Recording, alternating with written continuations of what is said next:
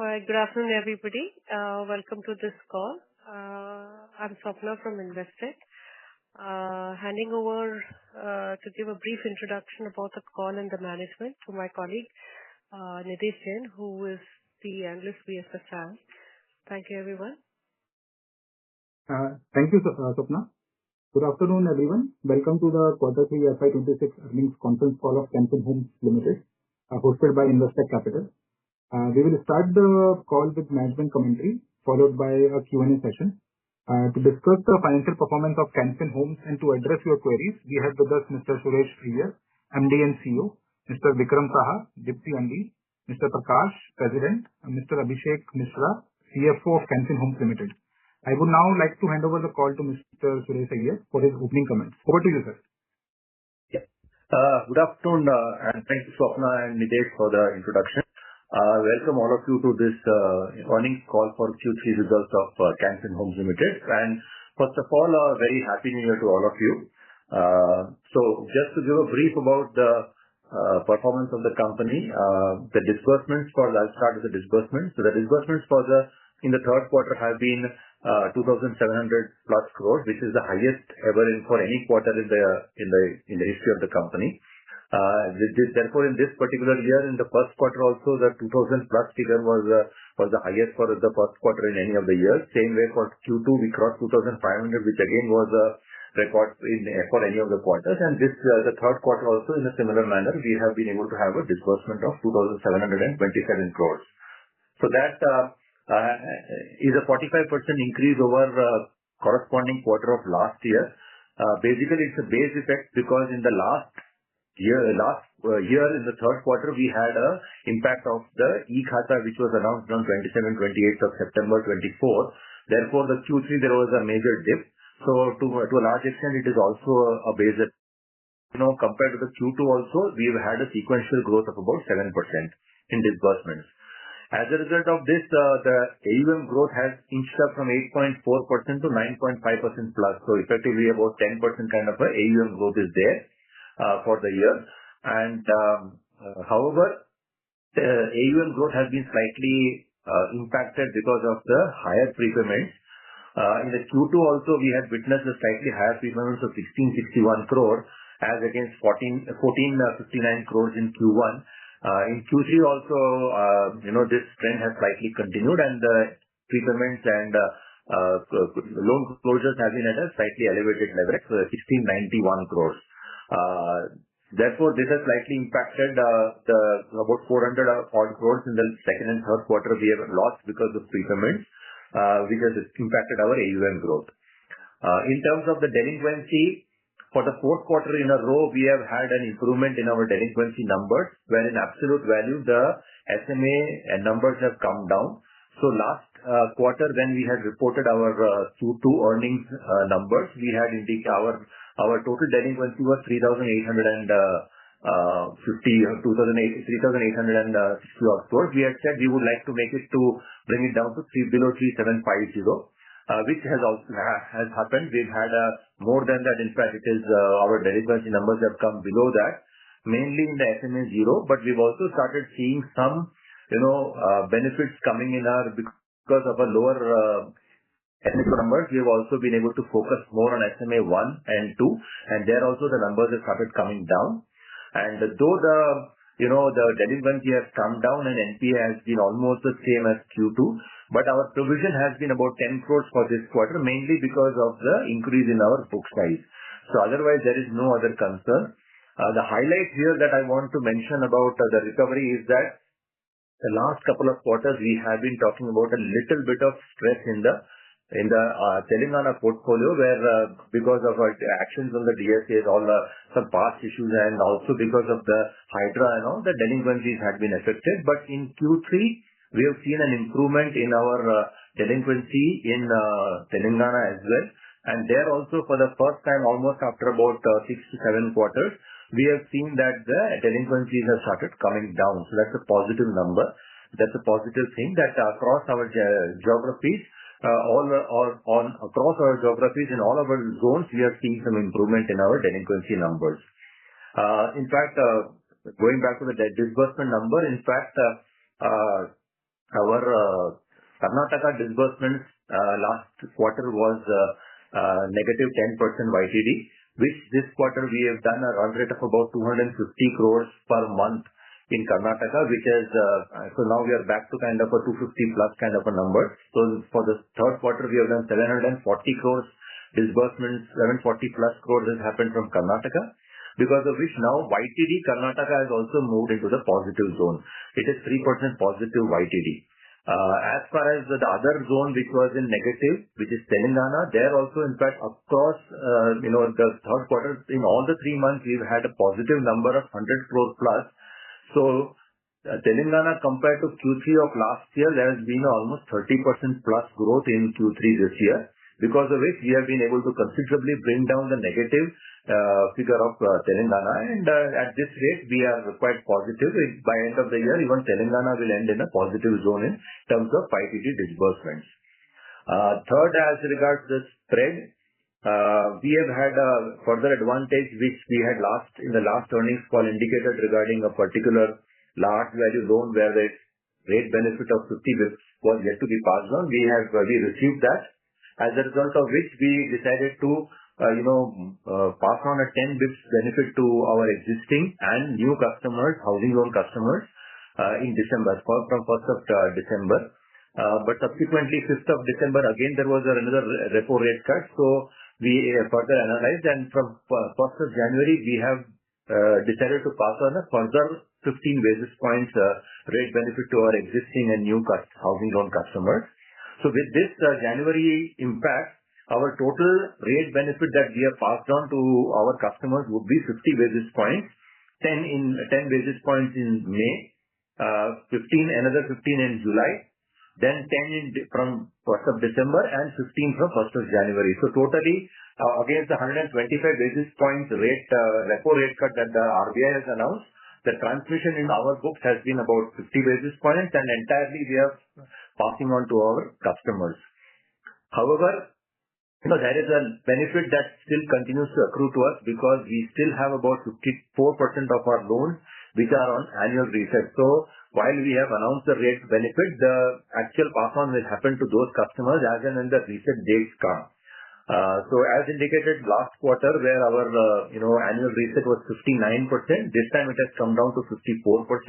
But we have made some aggressive actions and given time for them to of 60 days to submit the documents, and are aggressively following up. So hopefully by end of this quarter Q4, we might end with somewhere around 80-85% of our loans should move to quarterly reset. So this will help us in case of a rate reversal. If the interest rates start moving up, then the transmission on the asset side will also match with the transmission on the increase on the liability side. So that's the plan. We plan to aggressively move it to a quarterly reset. But as I mentioned, because of this slight lag, that we have still experienced a slight increase in our NIM spread. So for the quarter, the NIMs have moved to 4.14 from 4.02 last quarter.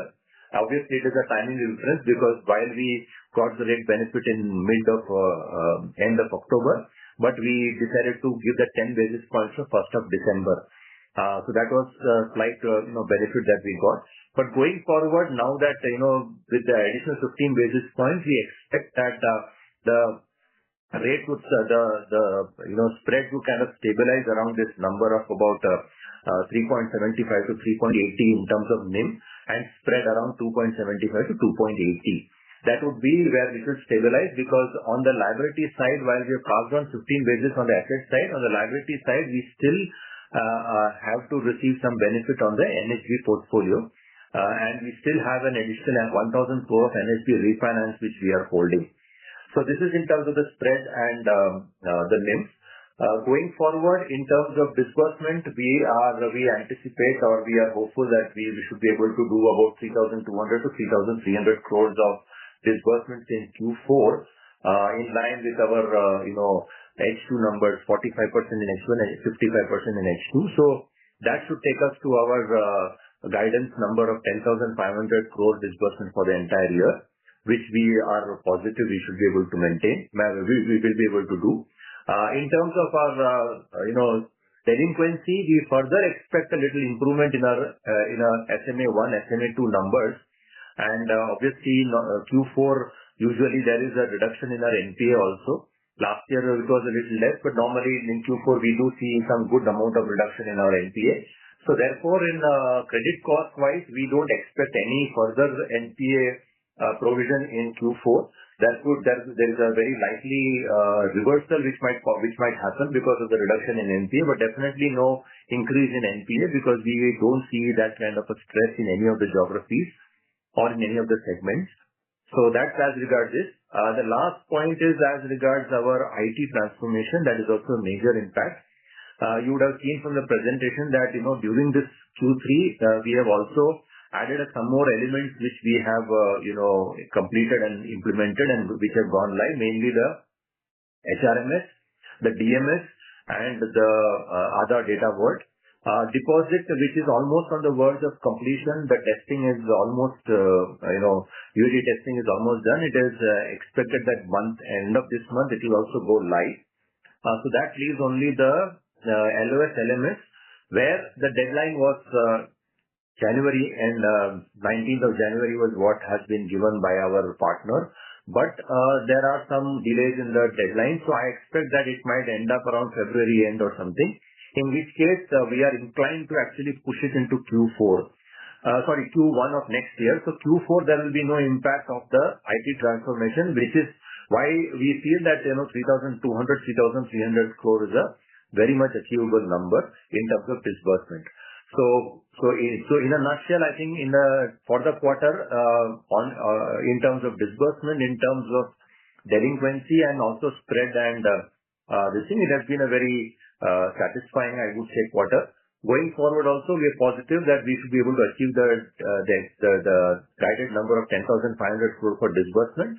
And Q4, we can expect some more improvement in our delinquency. So with the spreads and NII has been maintained, I think Q4 also would be a positive quarter for us. So that's in a nutshell the brief of the performance. We can open to all of you for questions. Thank you. Thank you. Thank you very much, sir. I would request all the participants to just take a minute before everybody kind of raises their hand. Just a reminder, this call is being recorded, and if any of you have any questions, do raise your virtual hand, and I will unmute you. In the interest of time, I will request everybody to keep your questions limited to 1 or 2 questions, and we'll come back to you in the queue. And also another request is please state your name and the organization that you're working for. Thank you very much. Nidesh, would you like to go ahead with any questions on your side? Sure. So Sapna, we can start with the Q&A. I think I see questions here. So Shreepal, you can go ahead with the question. We will unmute you. Please introduce yourself and ask your question. Yeah, you can. Hi, sir. Shreepal this side from Equirus. So my question was pertaining to the lending rate. So we've taken another 15 basis point in Jan. So cumulatively, we are at 50 basis points. So are we seeing other peers also in the landscape following a similar trajectory on the lending rate side, or are we early in this because we are seeing some prepayment-related issues? Sure. Thanks, Shreepal. See, basically, we have passed on because, we have experienced that kind of a benefit. I'm not sure how much of a benefit the others have experienced on their liability side. As you know, we have moved all our bank borrowings to repo-linked borrowings. So therefore, in our case, all the loans we have experienced the benefit or a pass on of the 125 basis points, except for that one which is linked to T-bill. So there also, effectively we have seen. So in our case, of course, there is a bit of a prepayment pressure, but more than that, it is just that, even after passing on 50 basis points, I think our spread, which was around 2.55 at the beginning of the year, has already moved to 2.89 for the 9 months ended December. So in spite of passing on, we have actually had some benefit in the rate. mainly the timing impact. But it's also because, we already have experienced it, so we've passed on to our customers. Right. Sir, so I think in 3Q also you had highlighted that we might play this pricing strategy related tweak because so that we can gain momentum in the market in terms of, let's say, growth being better than what we saw in the earlier quarters. So is it in the same direction that we are sort of moving in, right? Yeah. So in Q2, the earnings call, we had said that there is one large 2,500, 3,000 crore of term loan where we are yet to receive that 50 basis rate benefit. And once it comes, there is definitely a scope to pass on 10 basis points to the customers. So that happened at the end of October or thereabouts. So basically, we were in a position to take it in the November ALCO and pass it on to 1st of December. So that's what we did. And and this time we've not had that problem. We had the benefit of the 25 basis points coming through quickly. So from 1st of January, we have done that. Of course, there is a bit of a pressure which is quite evident in the loan closures and BT out and everything. So obviously, this would help. But obviously, as stated last quarter, we would still want to at least maintain our spread, and we will not compromise on the spread and NIMs below this. So that's the strategy at least. Right. So the second question was on the NHB funding side. So that, of course, had been falling because I think the rates there were not so lucrative. So incrementally, what is the kind of rate that you are seeing being offered by the NHB borrowing? I think you're talking about NHB borrowing. So NHB, our blended rate that we are getting, at which we are getting the refinance is 6.3. It is very comfortable. Okay. But why we did not pick up the entire 1,000 or 500 crores is because first of all, of course, there was, we don't maintain any treasury book where we can keep the surplus funds. So whatever funds we are raising, we are utilizing it for either prepayment of borrowings or for, lending for loans. In this case, the other thing was that, first of all, we required less amount of funds. Second thing is that, we had other committed lines of disbursement from banks. We still hold close to 4,000 crores of undisbursed, unutilized bank sanction limits. So that is still there. But other thing is that, in Q4, normally the rates are at an elevated level. So basically, other thing or thought process was that if we can, take 1,000 crore and keep it for Q4, then it will help us in meeting our entire requirement, and we will not be compelled to go to the market and raise at a higher cost. So, as a pricing strategy also, we decided to postpone or take that 1,000 crore in Q4. And this quarter, we'll definitely be availing the full 1,000 crore of the sanction. So that should also help us. Got it, sir. Got it. Sir. Thank you so much for answering my questions. I'll come in the queue, sir. The next question is from Sonal. Sonal, please ask your question. Please introduce yourself and ask your question. Hi, sir. This is Sonal Minhas from Prescient Capital. Thanks for taking my question. I hope I'm audible. Sure. Thank you, sir. I was just trying to extrapolate the numbers for the year end, and it looks like I think the year-end book growth would be close to 10, 11-ish, thereabouts, as we close the year.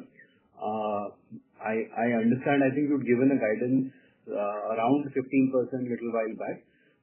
Looking for the next year, basically, given that the software stack will be done by Q4, and the tech platform would be ready, so would the other systems. Are we equipped to actually see a higher growth or closer to your longer term average growth for FY 27-28? That's my first question. Yeah, sure. See, you are right. We may not be 10%. It will definitely be higher than that. As I mentioned earlier, we are looking at around 3,100 to 3,300 crore of disbursement in this quarter. Frankly speaking, we had in the beginning of the year, if you see our data, in the previous year, our normal prepayments every quarter, closures and everything put together, amortization and everything, was around 1,350 to 1,380 every quarter. So we had actually planned keeping in mind 1,400 to 1,450 in a quarter-wise we had planned it. But the last 2 quarters, our prepayments have been higher. So about 400 crore worth of AUM growth has been impacted. Had this been at the rate at which we had anticipated, we would probably have been around 41,100 to 41,200 kind of a range in terms of our AUM by the end of this quarter. But yes, about 400 crores has been impacted because of the higher prepayments. And in Q4 also, if with 3,200 crore disbursements, assuming the same level of 1,700, we expect about 1,500 is the net addition to the book. So we should end somewhere around 42,000 plus kind of a thing for our. So that will be around 11% to between 11 and 12% is what we anticipate in terms of our AUM growth, which is yes lower. We had indicated that 12 to 13% or somewhere in that range between 12 and 13 is where we will end up for this year. Next year onwards, we had projected for 15%, not this year. So we will be probably around, anywhere up to, because 400 crores we've lost, that is about 1 percentage point in terms of, because we were 38,200 crores at the beginning of the year. So 400 crores is 1% we have lost because of the higher prepayments in terms of our AUM growth. So that is correct. But next year we are looking at about 13,500 crores and considering 1,700 crores every quarter as a prepayment or thereabouts.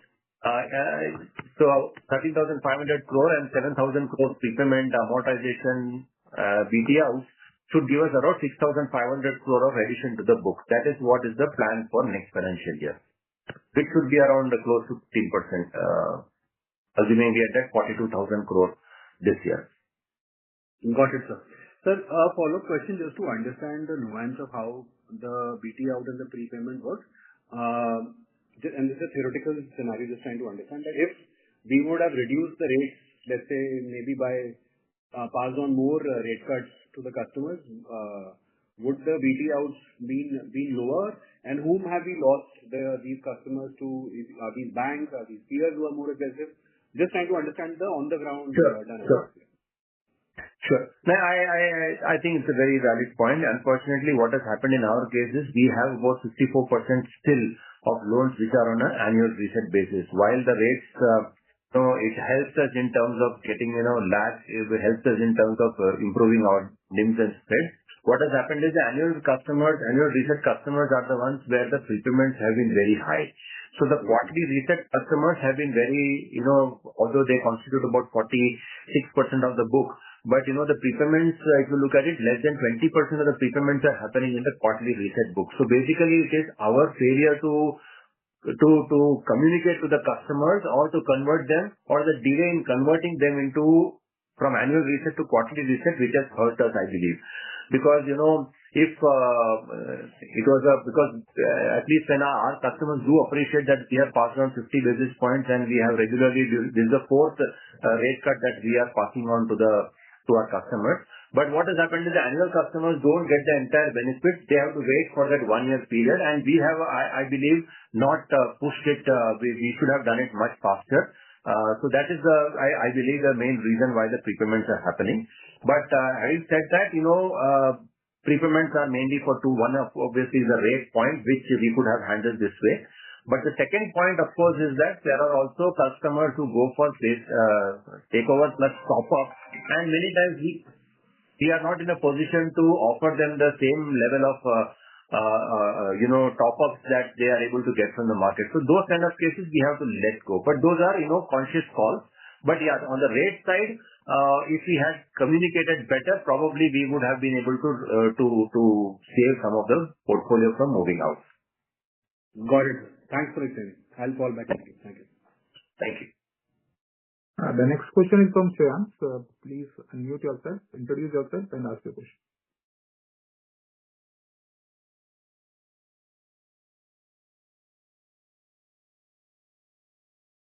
Hello, Shreyans. Shreyans, if you're unable to... Hello. Yeah. Hi. Yeah, hi. This is Shreyans Gadani from SG Securities. So I had a couple of questions. So one was basically looking at a long-term trend, in terms of the borrower mix. We've seen, structural increase in the self-employed, non-professional, category. So where do I don't know if this is a function of us moving out of South India or, as Northern India is, just more of that population, or, are we looking to increase that, and where do we see this stabilizing as, a mix of our book? Sure.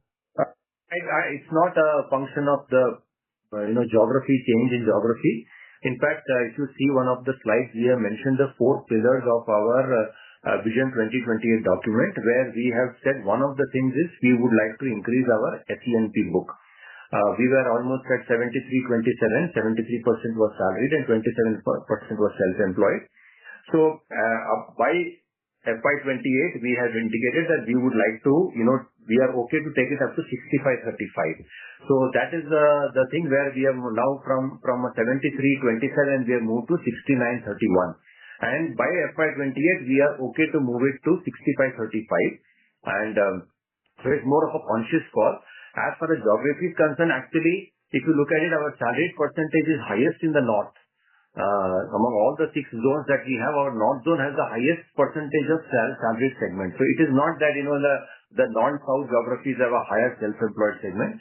But yes, within geographies also, there are pockets where self-employed is more, like if you look at, say, if you look at Rajasthan, or maybe if you look at parts of Tamil Nadu, mainly the Tirupur side and all. Yeah, there are, so it has nothing to do with the geography, but consciously we have taken a call to slightly increase our self-employed so that we can have a slight improvement in our spread.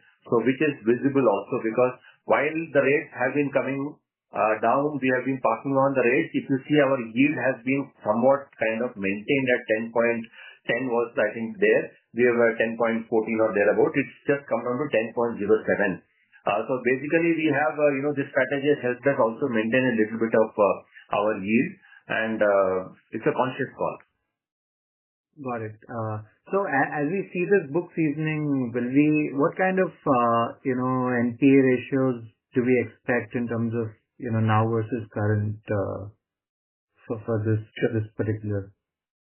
See, we have got the, last couple of years or whatever, if you see our salaried segment, GNPA has been in the range of about 0.5 to 0.6%.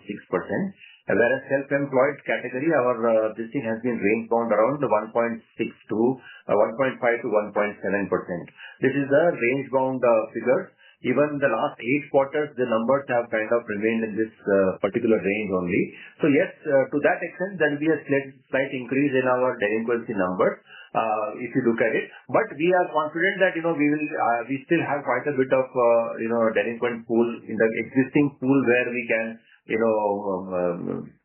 correct and reduce those numbers. So in the medium term, I don't see the numbers, and we the last so many years that we have been there, Can Fin has not seen a GNPA more than 1%. So we are confident that that will not be breached. We are confident of keeping it below 1%. Got it. The last question was on the annual reset portfolio. So assuming that, all of that resets to quarterly, what kind of NIM impact, do we expect, and what steps are we taking to, reduce this prepayment increase that we are having? Sure. See, actually, we have factored the, future conversion from annual to quarterly when we passed on the 15 basis points to our customers. So basically, first of all, there was the December 5th repo rate cut, which we have experienced on 40% of our book. So that, of course, is something which we are going to get, which takes care of this some of this 15 bits that we have passed on.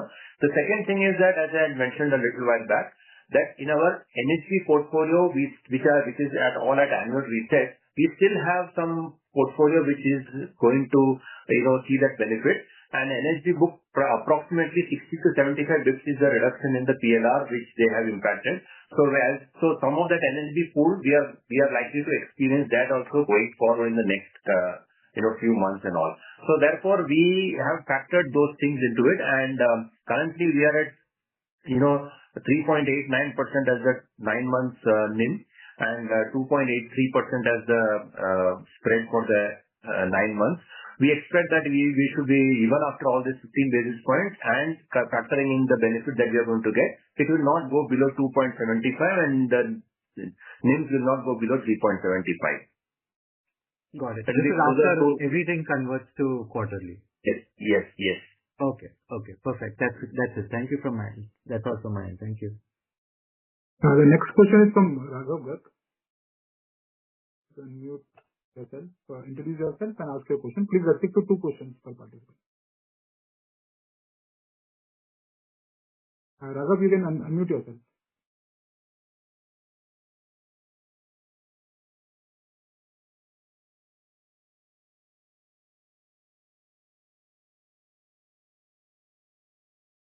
If Raghav, we're not able to hear you. I think you unmuted yourself, but... Can you hear me now? Yeah. Okay. Hi. I'm Raghav from Ambit Capital. I have a few questions. One, I wanted to know what is your plan on branch expansion for the next 2 years, which is 27 and 28, and if you can add some geographical color to it, like which states or regions will you expand more? That's my first question. Should I ask all my questions or should I wait? Either way, you can go ahead. My second question is, can you highlight what is the number of marketing executives that you currently have across all of your branches? Because I think last time when you had indicated this number, it was about 100. That's in July 2025. So has it increased from there? And last question is, on your IT implementations here, I understand that you may end up taking it in next 3 to 6 months. But I just wanted to understand at a very broad level, whenever you do decide to take it, what is the number of days of operations that will be impacted before operations fully normalize? Those are my 3 questions. Thank you. Sure. Yeah, thanks, Raghav. In terms of the branch expansion, our vision document said we plan to have about 300 branches by FY28. We are currently at 249. So next 2 years, we plan to open 25 branches. We already have identified some 20-odd locations which we are very keen to open. So we will be opening about 25 branches in the next year.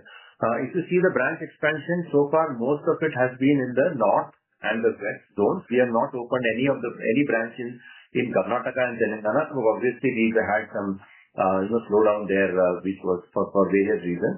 So basically we will continue to look at the other geographies only. Maybe we may open a couple of branches now that Karnataka has come back to its old 250 plus kind of a number. We may look at a few branches in Karnataka, but by and large it will be north, west, Tamil Nadu and east, where particularly Andhra Pradesh we are quite positive about.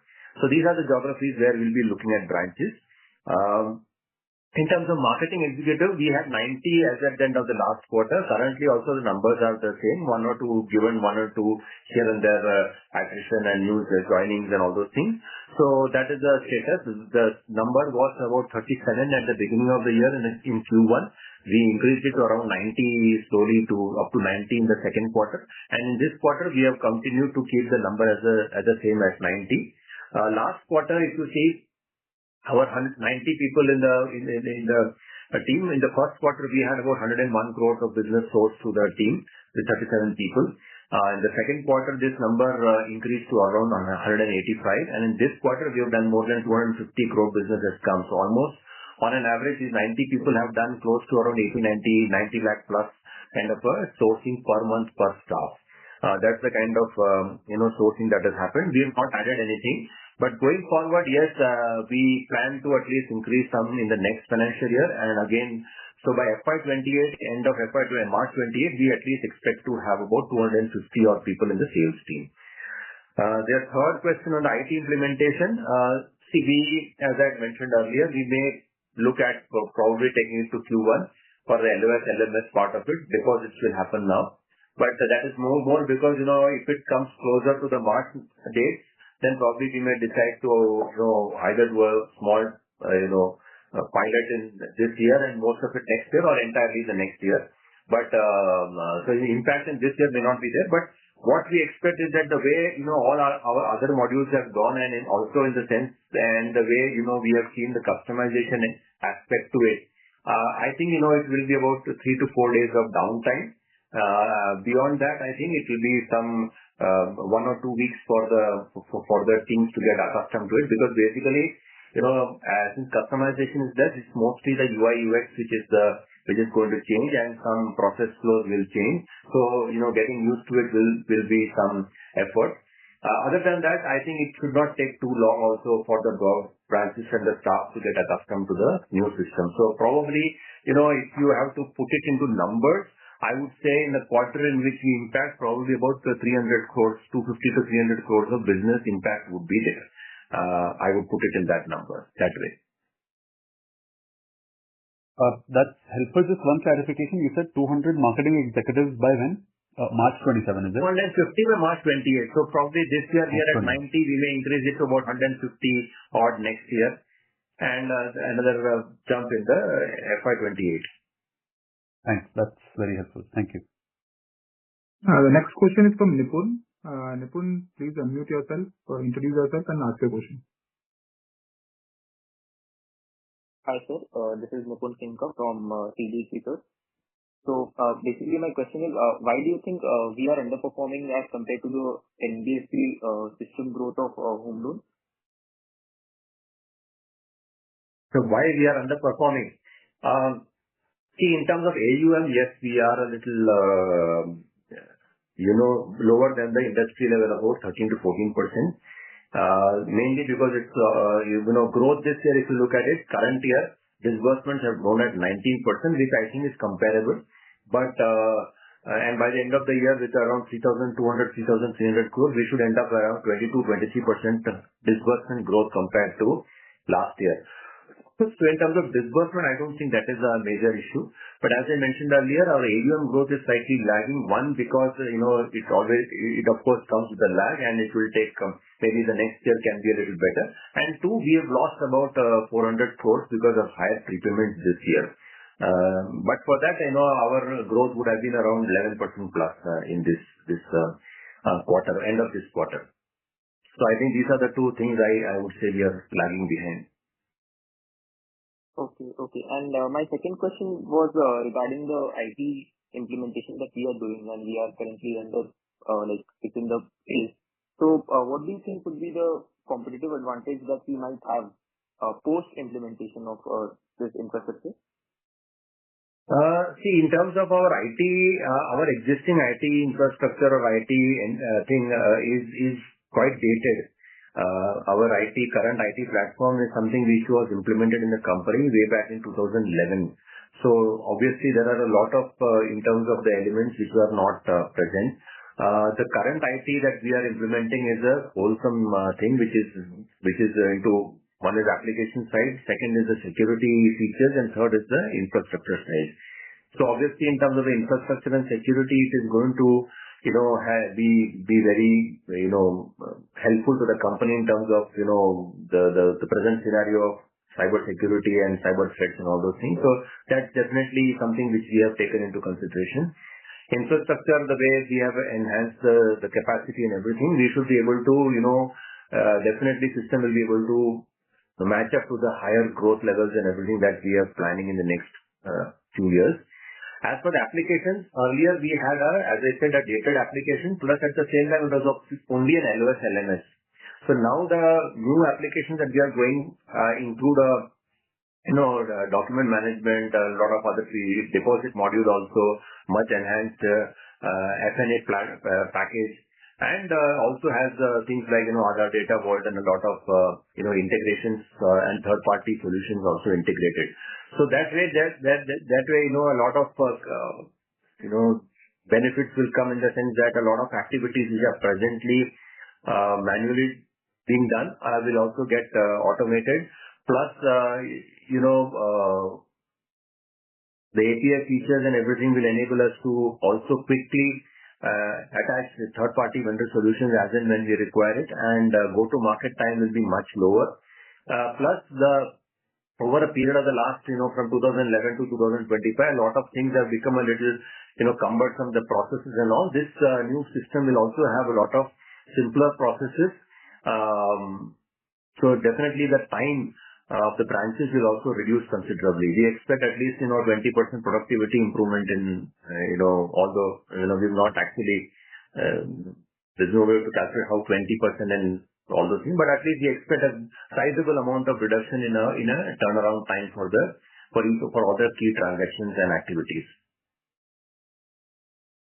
Got it. Mostly, I believe all the stuff that you just talked about, mostly it will improve in our operational side of things rather than the growth side. Operational and security also. I think security also is something which is, not usually discussed about. But, in terms of security, we have, taken care of a lot of things, in terms of the SIEM, the SOC, NOC, even in terms of the SD-WAN solutions. So these are obviously, things which will help in the security aspect also. Okay. Got it. Thank you. The next question is from Yuval. Yuval, unmute yourself and introduce yourself and ask your question. Hi, sir. This is Yuval Aiya from Nuvama. My first question was, in this quarter, borrowings from banks has gone up from 60 to 62% from 57% in the previous quarter. So could you just share the incremental cost of borrowings in Q3? Banks, all our bank term loans are now at a rate below 7%. I think 6.92 or something is our long-term borrowing cost, which is there. Of course, one or two are there where we have, they are not, yet to pass on small benefits. But other than that, 6.92 is the incremental cost of borrowing, you can say, on the higher side from banks in the Q3. Short-term borrowings obviously are even at lower at 6.4, 6.45. That's the rate at which we are borrowing from banks. So I would say probably around 6.8 or something could be the blended cost of the bank borrowings for us.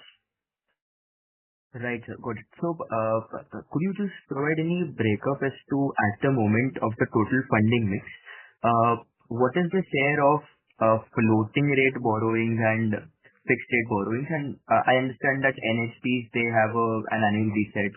So the other components of the borrowing mix, what is the average time in which, you can see the repricing when it comes to floating rate borrowings? See, in case of our bank borrowing, which you said is 62%, our 80% of that is linked to external benchmark rate, which is repo rate. So there we will immediately see the transmission of the, whether there is a reduction or an increase for that matter. That the transmission will be immediate. The remaining 20% of the bank borrowings is linked to T-bills. There also, there will be an immediate transmission, you can say. Maybe not to the exact amount. So 125 basis points will not translate into 125 basis points, but somewhat near there will be the impact on the remaining 20% also. Then we have the NHB refinance, where 50% of the NHB refinance, which is linked to the affordable housing fund, that is fixed rate. So there will not be any change in that. The remaining 50% of approximately of the NHB refinance is at floating rate, but at annual reset, so there the transmission will be in a staggered manner. NCDs are fixed rate, deposits are fixed rate. So and CPs of course are too short. So whenever they reprice, they will be as good as floating rate only. So considering the 62% bank borrowing and another 6 to 7% of NCD, I think about 65 to 70% of our borrowings are there where we will get a within 1 month transmission on the liability side will happen. Understood, sir. So even after your quarterly reset, I request you to please go. Sure. Thanks. Next question is from Mohit. Mohit, please unmute yourself, introduce yourself, and ask your question. Hi. Thanks for the opportunity. This is Mohit from HDFC AMC. Sir, just wanted to get your guidance on for 27-28 on key parameters like spreads, cost to income, and credit cost. For FY 27, you said, right? Yeah, 27 and 28. For FY 27 next financial year, we if you look at it, our spread and NIM, as I mentioned earlier, they would be 2.75 and 3.75 is what we would be guiding for. In terms of a credit cost, we have guided for 15 basis points. Of course, this year it has been lower than that, and next year also, at least as of the moment, we don't see any stress in any of the pools or any of the geographies, so we don't expect it to be any different. But we will say it will be 15 basis points you can consider for the credit cost guidance. In terms of OpEx, there will be an increase because FY27 onwards, we will have the impact of our IT transformation. So about 1 percentage point is the likely impact on the OpEx. So around 19.5% would be the cost to income ratio. And AUM growth, we are projecting for about 15%, considering a disbursement of about 13,500 crores. This would be the rough, tentative plan that we will be working on. Okay, sir. Thanks a lot. The next question is from Amit Thawani. Amit, unmute yourself, introduce yourself and ask your question. Please restrict to one question as we have a lot of participants waiting in the queue. Amit, you can ask your question. Yes. Am I audible? Yes, Amit, please go ahead. I'm just going to quickly go through my questions. My first question is that we have done a fantastic job on delinquencies. How much would you attribute that to, because we are so south-focused, how much would you attribute that to gold price going up and the economy doing well? Second question is, what is the profile of our non-salaried borrowers? Third question is, you mentioned that we could have handled our prepayments slightly better through communication with our borrower. What are we doing to improve that? Thank you. I didn't get your first question. Sorry, if you can repeat the first part of it, please. First question. Our delinquencies have done rather well over the last year. It's done rather well over 1 year. How much would you attribute that to gold or some certain macros that you could attribute that to? Okay. See, in terms of delinquencies, I think, I would attribute it more to our profile of customers, where we are focusing more on the salaried segment. And 70% of our customer base today, 69% is salaried. And many of our previously it used to be 73% as on FY23. So I think the salaried segment is where I also mentioned that in our salaried segment, our delinquency or NPA, GNPA level is in the range of 0.5 to 0.6%, around give and take 0.6, give and take 5 basis points. So that is, I think, would be more rather than the gold prices or anything that would be there. I would attribute it more to the profile. As regards the non-salaried segment, we are the self-employed and non-professional categories that we are talking about. We are not having any product for assessed income or surrogate income or where documented income proof is not available. So basically, the SENP category also is such where we have documented proof where IT returns are being filed. So we have that, regular income coming in that aspect, and it's a documented income. So obviously, there could be the actual income could be higher also, but we have the documented income. So that is the profile of SENP category that we have. And prepayments, as you said, yes, what we are doing is, in this quarter, we are aggressively pushing to see that. In fact, last quarter also, I had said that we have done it. So we have changed our policy. We have got the approvals from the board and everything. So this quarter now we are, communicating, and with 60 days notice, we are, asking the customers to move to the quarterly reset. Otherwise, it was, contacting the customers, taking their link letters and, getting a fresh documentation done and all those things. It was a much lengthy process, and therefore it was happening only when the customers used to approach us. But now, in fact, we are, writing to them, giving them a 60 days time to come forward and get it done. Otherwise, we'll be, moving them so that they get the benefit, and we'll be passing on the benefit to them based on this. So this is what we are looking at so that, we can communicate to our customers about the 50 basis points. Otherwise, in the absence of them, because they don't know that they have actually, when they got 50 basis points reduction, they think that, Can Fin has not reduced the rates and they are coming forward for a prepayment. I hope I've answered. Yeah. Thank you. Thank you so much for your time. The next question is from Prithviraj Patil. Please unmute yourself and restrict to one question. Thank you. Yeah, hi. Thanks for the opportunity. I'm Prithviraj Patil from Investec. I just had one question. The share of reliance on DSAs has marginally increased QOQ. And given your FY28 roadmap, there's also a digital channel that you're referring to there. So if you could just guide us on how you plan to diversify the sourcing mix. Thanks. Sure. Yes, in fact, in this quarter, there's been a little increase in our slightly by 78 point something to 79 point something, our DSA sourcing. In spite of the fact that our sales team has also, done better. So one thing we would be doing is increasing the number of sales people on the ground, which I mentioned from 90, we would like to increase it to 115 this year and thereafter to 250 next year. That would be one thing. And second is, once the IT transformation is complete, then we will be able to go in for entire digital onboarding of customers, digital, sourcing. So that is something that piece which is yet to, unfold for us. We have not yet done that. So that is something which will happen once we go for IT transformation project is implemented, the LOS LMS part of it. So that we will once start so what we plan to do is, onboard various lead aggregators from the market and also do a lot of, digital onboarding through links and all those things so that the customer's experience is purely digital. Thank you. The next question is from Jay Thakkar. Jay, unmute yourself, introduce yourself and ask your question. Please restrict to one question. Sure. Hi, sir. Thank you for taking my question. I am Jay from Eastland Capital. I have a question on your disbursement target of 13,500 in FY27. How should one think about growth in southern states versus the others? Specifically, what do you assume your growth in, say, Karnataka and Telangana? Should we reach a 10-12% growth in those states as well?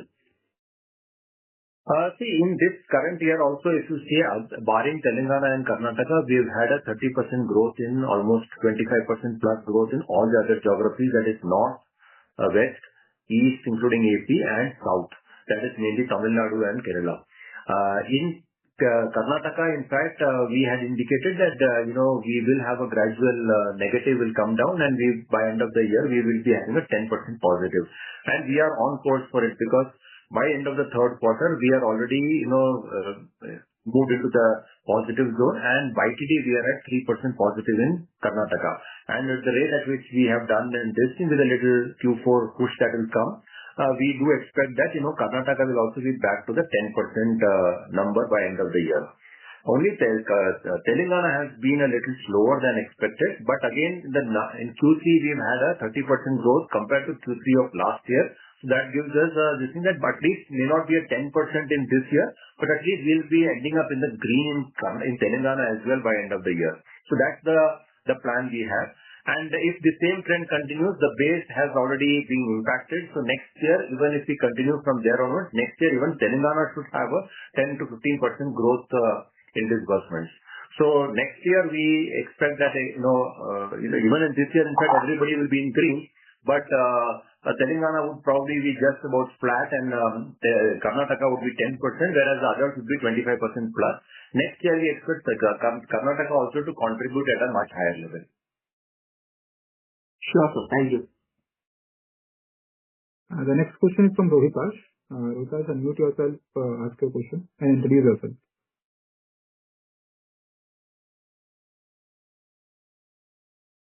Rohitash, can you hear us?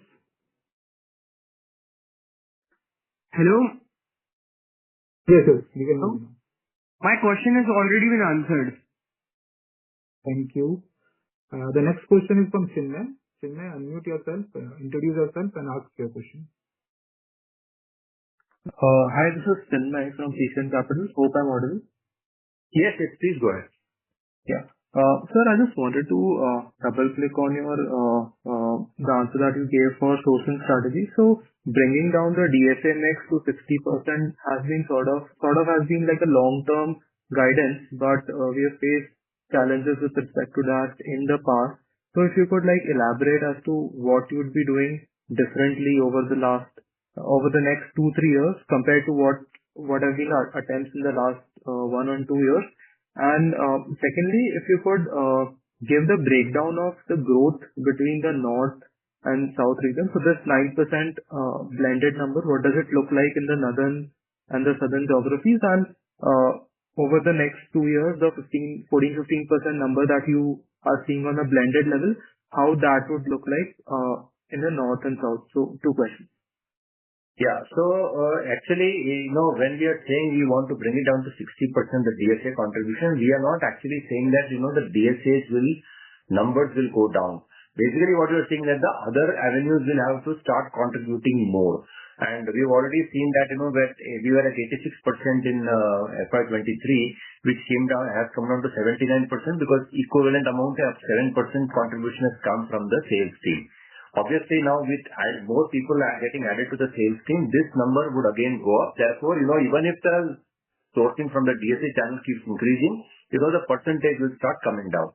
And another thing, as I mentioned, is that we have yet to see any benefit coming from the digital channel because that has not happened. We have not implemented it. Only after the IT transformation is over, we'll be able to offer a digital,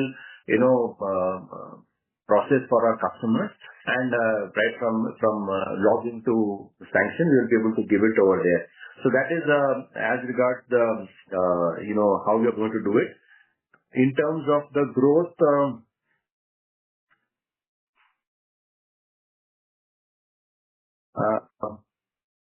I think I'll just come back to you on the growth as to how much has been the growth zone-wise. I'll probably come back to you on that. I just don't have it immediately. Sure, sir. Thank you.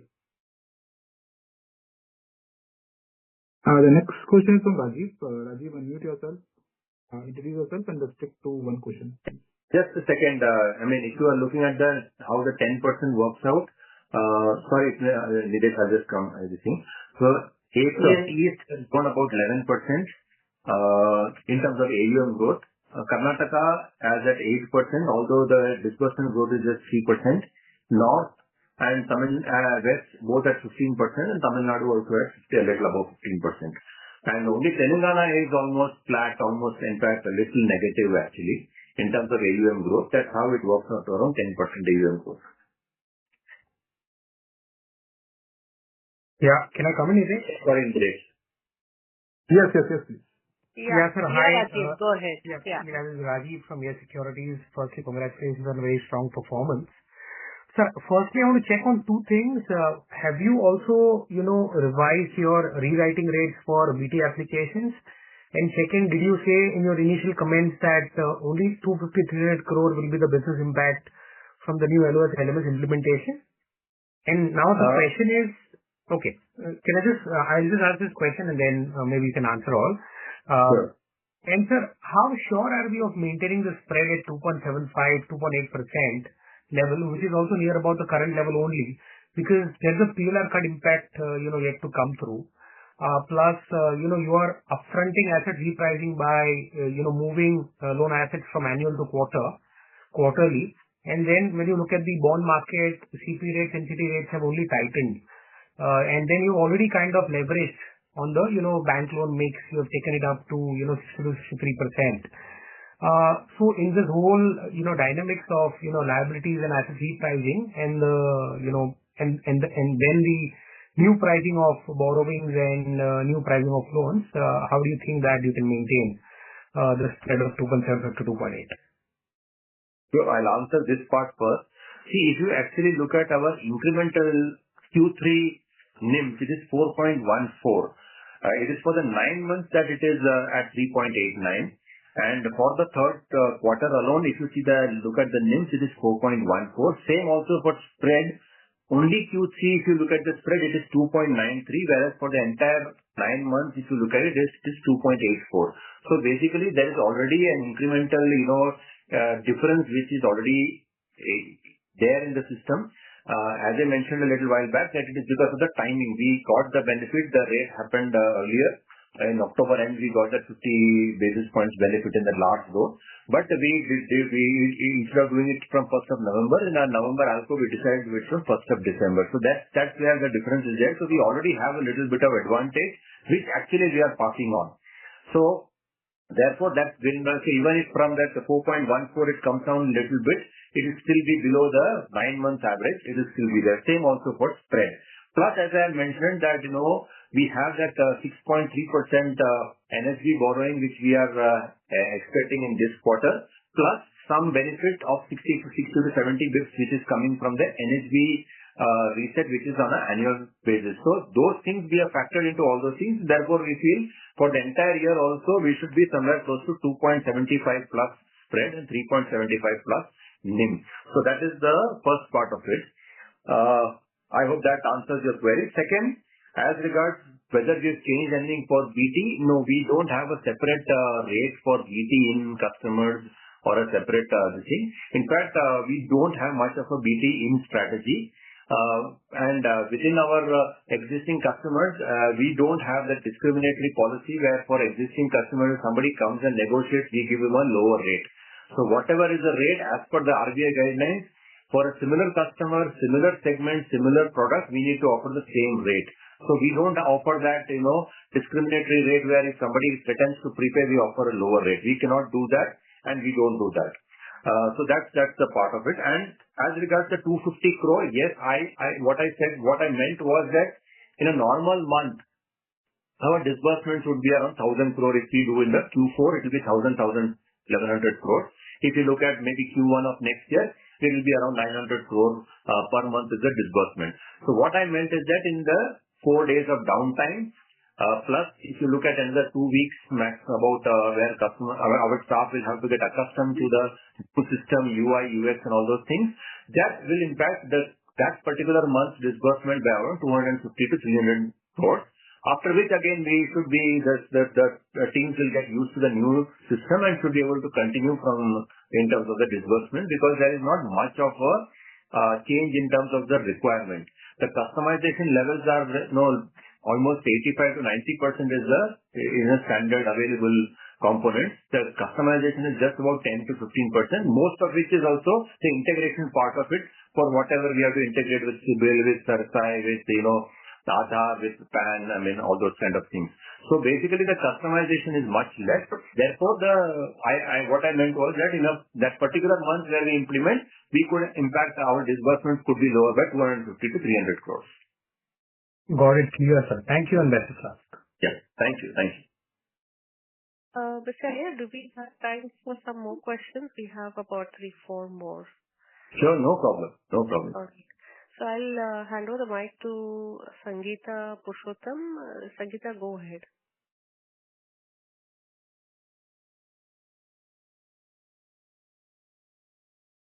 Sangeeta, are you able to hear me? Yeah. Yeah. Am I audible? Yeah, please go ahead. Yes, sir. Okay. So congratulations on a very good quarter. Sir, I just wanted to get some clarification on some of the numbers. So, if we look at the guidance that you've given for next year, we're looking at NIM's guidance of about 3.75, which is slightly lower than what we have achieved in the first 9 months, right? About 3.89. On the credit cost side, we're saying it will kind of normalize, so it will be slightly higher than what we have actually seen this year. And also our cost to income is going to be a little higher because of the implementation of the IT program. So does that mean that overall, if you're looking at about 15% growth in the AUM, when it comes down to PBT or PAT, our PAT growth is likely to be in the single digits then based on these numbers? See, actually, it would not come down to single-digit numbers. If the growth, AUM growth is around 15%. What we are saying is we have already seen at around 3.75 NIM and 2.75 spread is something. With that, if you look at your 2-point analysis, whatever you see, our credit cost at 15 basis points and a 19.5% also, if you look at it, I think it will still be higher than that. It should be in double digits. So, but it should be lower than your disbursement growth, right? Because we're looking at. It will be lower than our disbursement growth because our AUM will not grow at around 25-30%. So if you're looking at 13,500 crore disbursement growth, disbursement in the next financial year, that should end to somewhere around 15% in terms of our AUM. Because we have about 1,600 plus, 1,650 plus kind of a prepayment in a quarter. So next year, assuming that it comes to around 7,000 crore as prepayment, the addition to the book will be around 6,500 crores, which will be on a 42,000 crore AUM, opening AUM will be around 15%. So AUM will grow not at 30% or whatever, it will grow at a lower rate of 15%. Right. So if you're looking at, our NIM is calculated on our average AUM, right? So there aren't other sources of income that we're building in. So I'm just doing a very simple back of the envelope calculation that if our average AUM growth is say 15%, and I'm applying some of these numbers, which is slightly lower NIM, slightly higher credit cost, slightly higher cost to income, I end up getting numbers which are kind of single digits. So where am I going wrong? Okay, I'll put it this way. See, this year also we are guided for a 15 bits credit cost, but as of now it is about 10 bits and likely to come down because we have normally Q4 as a good quarter where we expect some NPA reduction and some reversal in our provisioning also. So in fact, the credit cost at 15%, this year also we are guided for about 2.5% to start with as our spread and 3.5 as our NIM, but we were able to manage a little better. So obviously, these are all more of a guidance and we would will try to achieve a little better. We may not be able to achieve on all the aspects. Like this year, we have slightly because of the prepayments may not be able to achieve our 12 to 13% AUM growth. But so by and large, we will try to see that we achieve those numbers. So it's more of a guidance. It's not an exact number. So we will obviously our endeavor would be to do a little better. Okay. All right. Thank you. Thank you. Thanks. I will request Mr. J to ask the question, but before you do, sir, I just would request you to restrict your question to one question in the interest of time. Thank you. Sure. Thank you, sir, for taking the follow-up. I just have a question on housing versus non-housing. Our non-housing book is growing pretty healthy at 25-28%, but it is still 14% of the overall AUM. And we have guided this to be, say, 20% by FY28. So structurally, how should one think about your margins or, say, spread in housing versus non-housing? Obviously, non-housing one would imagine that would be a better rate. And then also in terms of asset quality, should we see structurally a slightly higher NPAs when your non-housing mix goes to 20%? Okay, so yes, the spreads are definitely higher in terms of NHL, and that's obviously one of the main things that we have factored into, that it will help us slightly improve our spread and NIMs. That's what is happening also. But we have put a cap on the amount of or the percentage of non-housing that we are ready to accept. So 65-35, in terms of this 80-20 is what we are on the HL potential, and I'm talking about HL including the CRE portion. So we are looking at around 84 going down to around 80. So about 4% change which will happen will slightly impact on terms of our NPA, because as I mentioned earlier, our NPA and all, this thing is maybe a little higher than this. But overall, as I had indicated, we will definitely not be looking at something anywhere more than 1%. Even right now, as we speak, we are at 0.92. Going forward in this Q4, we might further bring down our gross NPA a little further down. In which case, there's quite a bit of a scope available for the, by and large, I don't see much of a change in the NPA, at least in the near future. We don't expect. Sure, sir. Thank you. Thanks. We have one question from Siddhant. Go ahead, Siddhant. You can ask your question. Yeah, hi. Am I audible? Yes, yes. Yeah, you are. Yeah, hi. Just one question to a previous follow-up is, we have the room to grow above 15% AUM simply by our ROE and our capital adequacy, which is at a probably at an all-time low or a decadal low, I think. So, what are these levers and, when can we expect you to push on it? Push on the? Sorry? On our about the 15% growth levels, because we have enough capital adequacy available. So is it possible, firstly? See, possibility is one thing, but I mean, if the industry today is going at 14% to 14%, in fact, that is what it is. And in fact, affordable housing levels are in fact coming down. So I think, running for growth in this thing, it's not something we would want to, kind of do great numbers where the industry itself is growing at around 13%. Ideally, we would want to grow at about 2 percentage points above the industry level. So today, if it is at 13%, we would be happy with about 15%. I think that would be a very, a conservative approach, but at the same time, this thing to maintain the quality of the book also. Obviously, if tomorrow the growth rates in the industry itself pick up and there are some incentives offered and it picks up, then we would also obviously want to go better than that or 2% above whatever is then rate. Okay, that's wonderful to hear. Perfect. Thank you.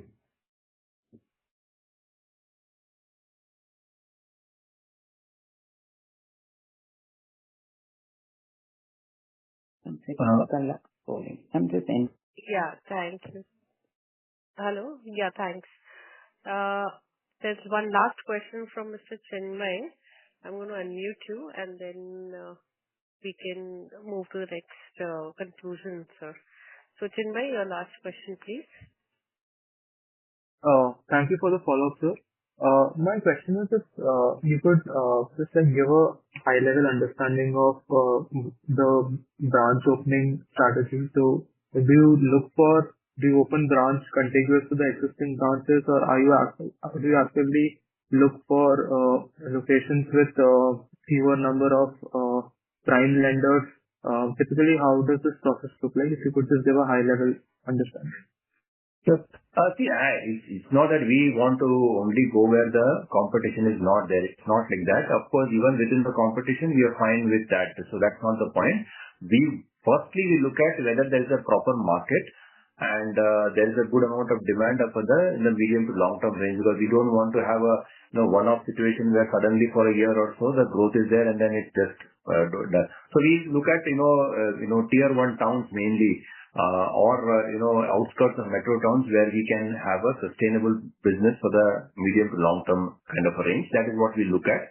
Then what we look at is the credit quality, because some pockets there is a general tendency of higher delinquency. So we would want to avoid those kind of not entirely that we avoid, but what I'm saying is we would like to we plan accordingly or take that into that is one of the factors that we consider. And as regards the location, practically we are there in most of the locations. Like today we are 249 branches spread across 21 states. So almost we are there. So whichever place we look at would not be beyond another 30, 40 or maybe 70 kilometers from an existing branch. So indirectly it is a kind of, you can say, a contiguous strategy, growth strategy only.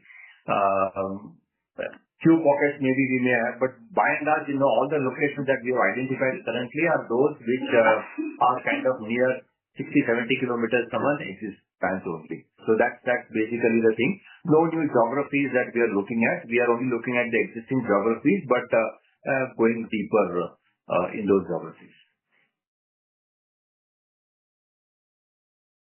Got it, sir. Thank you. That's very nice. Okay. Thank you. Thank you, everybody. Before we conclude, I would ask Mr. Iyer to give his concluding remarks.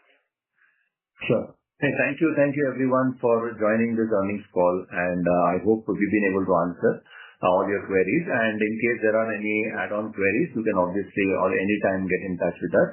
And many thanks to Investec also for organizing this. And we'll be putting up, as you all know, we do put up all the transcripts of all our meetings on our website. So any such meeting, you can always also refer to the transcripts which we'll be putting up in a day or two on our website as well. Thank you. Thank you everyone for joining. Thank you everyone. And with this, you can all leave the event. Thank you very much. Thank you.